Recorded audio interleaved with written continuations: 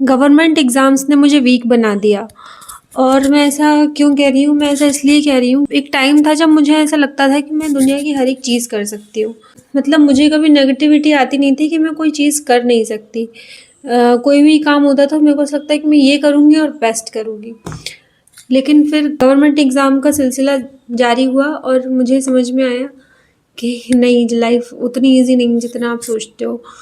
मैंने 6 अटेम्प्ट दिए हैं एमपीपीएससी के, और बीच-बीच में कोई-कोई से और भी एग्ज़ाम दिए हैं जब एमपीपीएससी के एग्ज़ाम्स नहीं होते थे, मतलब नोटिफ़िकेशन ही नहीं आ रहा है, कुछ पता नहीं है कि कब हो रहा है, कब नहीं हो रहा है, बहुत अनसर्टेनिटी होती थी।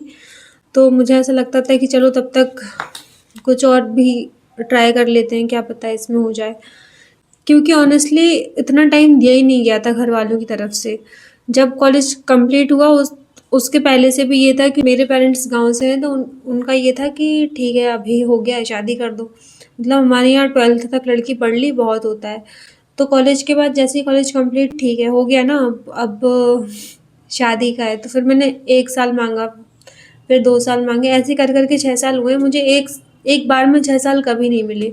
इन 6 सालों में जब एग्ज़ाम्स नहीं हुए तो मुझे इतना सेल्फ डाउट आया कि कहाँ दिक्कत है, मुझसे हो क्यों नहीं पा रहा है। 1-2 साल तो मुझे लगा कि ठीक है कोई बात नहीं, हो जाएगा। लेकिन फिर जब कंटिन्यू नहीं हुआ तो फिर मुझे ऐसा लगा कि पता नहीं कहाँ दिक्कत जा रही है, क्यों नहीं हो पा रहा है।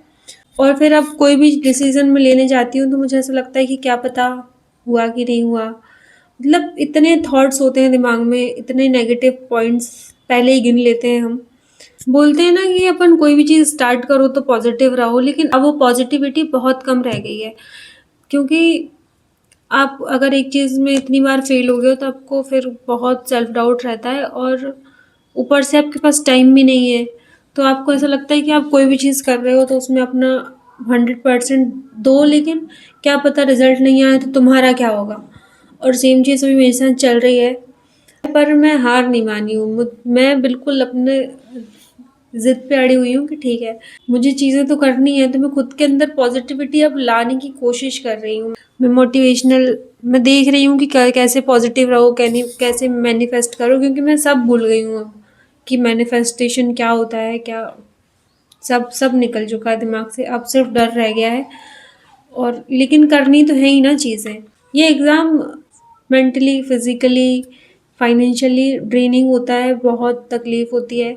उसके सामने डटे रहना आसान नहीं होता। बस यही कहूँगी मैं, तो इसलिए मैं बोल रही हूँ कि गवर्नमेंट एग्ज़ाम ने मुझे वीक बनाया इसी सेंस में।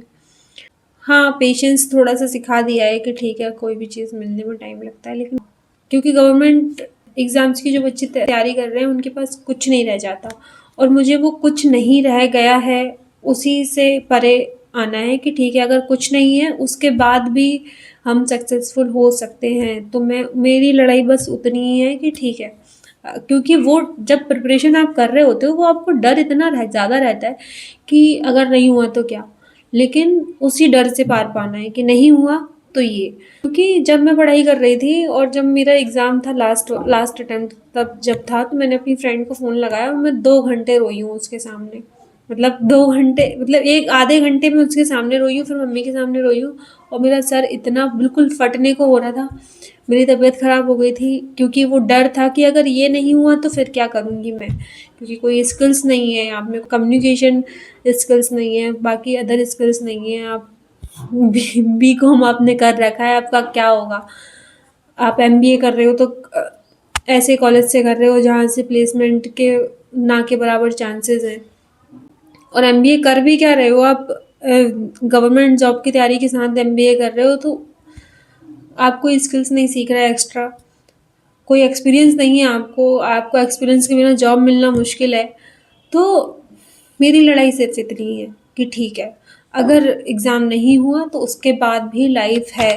और एक और मुझे कमेंट आया था, उसका रिप्लाई मैं आपको नेक्स्ट वीडियो में दूँगी। So stay tuned for that. Bye.